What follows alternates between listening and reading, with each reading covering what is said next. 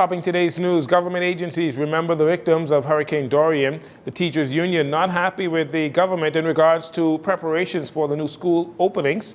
The U.S. Embassy officially opens its new Shirley Street location.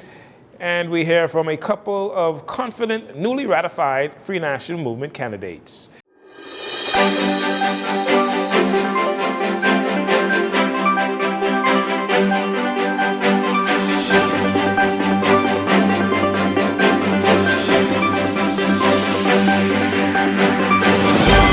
This is your Jcn Evening News. I'm Dorian. Thank you so much for joining us. Monday, September 1st, marked the 6-year anniversary of the devastation and death caused by Hurricane Dorian in 2019. This morning, Prime Minister Philip Davis and cabinet ministers led a national movement of silence for the remembrance of Dorian and its victims. Amalia Connolly was at the office of the Prime Minister and files this report. September 1st marks 6 years since one of the most traumatic events in Bahamian history. Hurricane Dorian devastated Abaco and Grand Bahama, claiming lives, destroying homes and businesses. To honor those affected by the tragedy, the Cabinet of the Bahamas held a memorial ceremony at the office of the Prime Minister today, where Bishop Delton Fernander offered a prayer for the nation. We mark this moment realizing that there were not only those that passed, but those that lived through the trauma, endured the trauma, replaced and repositioned their lives, and are still today traumatized through every hurricane season. So it's with a grateful heart that we live in a country that we could pause and pray and ask that God continue to bind us together and keep us safe through another hurricane season. Prime Minister Philip Davis delivered heartfelt remarks to the family who lost loved ones during Hurricane Dorian, those who aided in relief efforts, and all affected by the tragedy. It left behind grief. It left behind destruction. It left behind memories that continue to weigh on our hearts. We pause today to remember those whose lives were taken, mothers and fathers, sons and daughters, grandparents and children, families that were never able to come back together again. Their names, their faces, and their stories remain with us, carried in the hearts of loved ones and in the collective memory of our nation.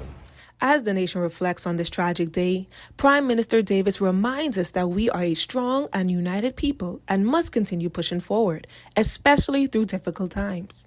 This day of remembrance is not only about the past, it is about what we carry forward, the lessons we learned, the promises we must keep, and the duty we have to protect future generations. In the silence we observe together, let us commit to being a country that cares for the weak, that remembers its fallen, and that works together to face the storms ahead. To the families who still mourn, know that you are not alone. This nation stands with you. To those who continue to rebuild their lives, know that your determination inspires us all. To every Bahamian, let us hold tight to the values that carried us through, those values of compassion, unity, and strength. Amalia Connolly for Jcn News. Thanks for that report, Malia. As we begin a new school year, hundreds of teachers around the country are looking forward to continuing their collective efforts to educate the nation's youth. After Monday's opening for public schools, Belinda Wilson, president of the largest teachers union in the country, the Bahamas Union of Teachers, the BUT, is being critical of the government's efforts to have those schools open and ready for the new school year, describing the government's efforts as incompetent. In addition to a shortage of teachers in some schools, she said some schools lack proper orientation and resources, largely due to the industrial action taken by school administrators last week. Nevertheless, she shared a few words of encouragement with her members of the BUT. A very pleasant good morning to all members of the Bahamas Union of Teachers from Grand Bahama to Inagua. We know of all of the issues that we have faced. But I just want to say thank you to all of you for the hard work you've done last year.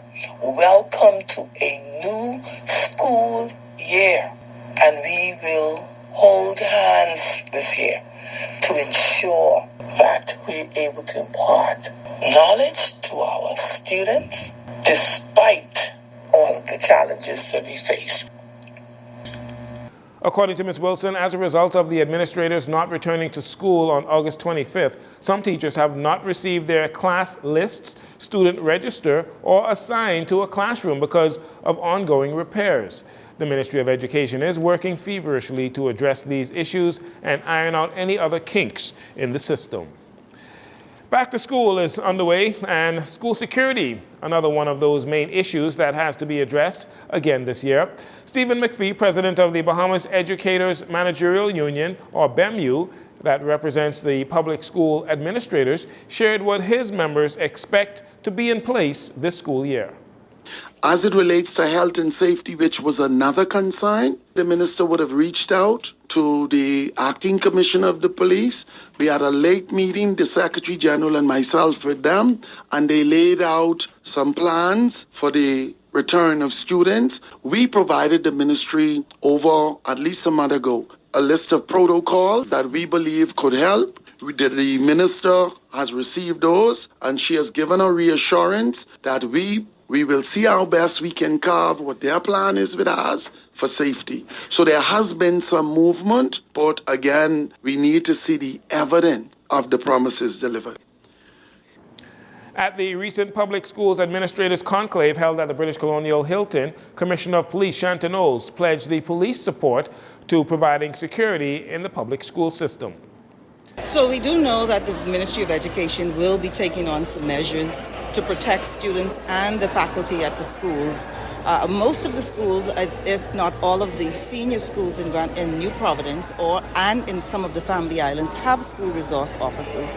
And so they will be assisting those who are in charge of those facilities to ensure that the children and the faculty are always safe as possible when they enter the campus.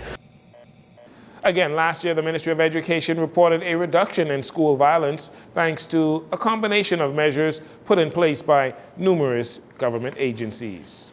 After Sunday's fire at the Bahamas Power and Light Generation Plant in central Andros, namely Fresh Creek, that also impacted Cargill Creek, Bering Point, and Bowen Sound, Andros, the Minister of Energy, Joeth Kobe Davis, joined BPL CEO Tony Seymour and others as they flew to Andros to assess the damage firsthand, with reports of a transformer generator and a workshop all being destroyed. Kobe Davis shared what they learned while on the ground and what has to be done. Once we heard the news of what happened at the Fresh Creek Andros plant, we wanted to make sure that we had teams on the ground responding in less than 24 hours, that we were assessing the damages, bringing restoration, and returning all of our consumers to power. We got the majority of them back on in less than 24 hours, which is commendable to our team at BPL here on the ground, to our partners that have supported us in diffusing the fire, and also to the executives of BPL that made sure that they gave the level of support that was needed. BPL CEO Seymour said crews are working feverishly to improve the voltage situation on Andros, as the entire island is now being supplied by the Nicholstown power plant. Finally, in this segment, the United States Embassy, Nassau, has officially opened for public business at its new location at 235 Shirley Street. They began today, September 2nd. Applicants may learn about visa requirements and book appointments by visiting bsusembassy.gov. The U.S. says the purpose-built $227 million embassy compound, which broke ground in 2019, represents a significant investment by the United States government in the future of bilateral relations between the United States and the Bahamas. The 5-acre site hosts the U.S. mission to the Bahamas that includes officials from the Department of State, the Department of Justice, the Department of Defense, the Department of Homeland Security, and the Department of the Treasury. Chargé d'Affaires Kimberly Furnish said the technologically advanced new compound will allow the U.S. to deepen its collaboration with the people and government of the Bahamas. The public is encouraged to follow U.S. Embassy Nassau on Facebook, X, formerly Twitter, or Instagram for information and announcements about embassy activities. We'll take a break here. We'll be right back following these commercials.